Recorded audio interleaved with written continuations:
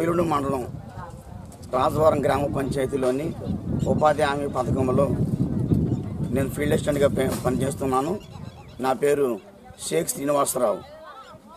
నేను రాజవరం గ్రామంలో గ్రామ పంచాయతీలో ఫీల్డ్ అసిస్టెంట్గా పనిచేస్తున్నాను.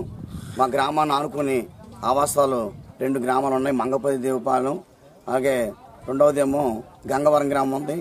ఈ యొక్క 3 గ్రామాల మీద, అంటే ఈ యొక్క ఆవాసాలు రెండిట్ల మీద, రాజవరం మీద మా గ్రామంలో ఉపాధి హామీ పథకానికి కూలీలో ఇంచుమించు 1300 మంది వస్తున్నారు.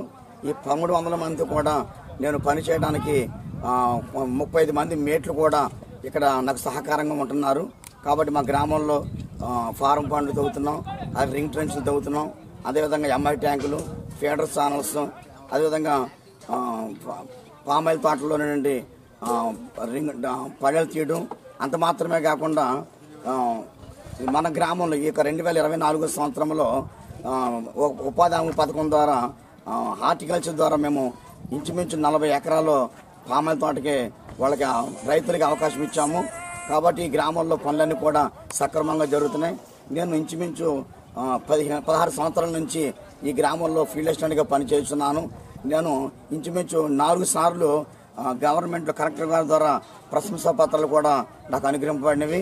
కాబట్టి ఈ గ్రామంలో పనులన్నీ కూడా ఏ ఆటంకాలు లేకుండా, ఎటువంటి అభ్యంతరాలు లేకుండా మేట్లు సహకారంతో ఇక ఇంచుమించు 1300 మంది పని చేయడానికి సహకారంగా ఉంటున్నారు.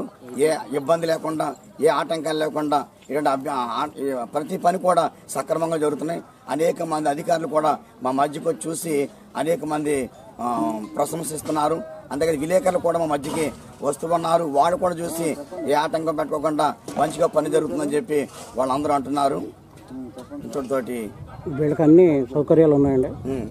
మా గ్రామంలో కూడా వాళ్ళ టెంట్లు వేయడానికి, టెంట్లు ఇవ్వకపోయినప్పటికీ ఆ మేట్లు అందరూ కూడా టెంట్లు తెచ్చుకుంటున్నారు.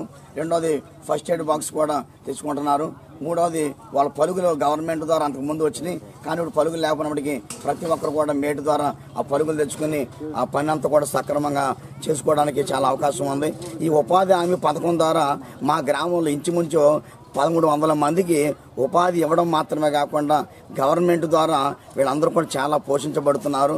వాళ్ళందరూ కూడా మాకు చెప్పేది ఏంటంటే, ఈ యొక్క ఉపాధి పని వల్ల మేము చాలా మేలు పొందుకుంటున్నాము, చాలా లబ్ధి పొందుకుంటున్నాం అని చెప్పి వాళ్ళందరూ అంటుంటే నాకు కూడా చాలా సంతోషంగా ఉంది. ఎందుకంటే నేను ఈ 1300 మందికి నేను సహకారంగా, అంటే వాళ్ళందరి మందికి పని ఇప్పించడానికి ఒక దేవుడు నాకు కూడా ఒక కృప చూపించాడని, దయ చూపించాడని చెప్పి నేను చాలా సంతోషిస్తున్నాను. కాబట్టి ఈ పనులు ఇలాగ సజావుగా జరగడానికి ప్రభుత్వం ఇంకా ముందుకి అనేక రీతిలుగా ఉపాధి హామీ పథకం ద్వారా ఈ యొక్క ఉపాధి కూలీలందరికీ సహకారంగా ఉండాలని చెప్పి నేను కోరుచున్నాను.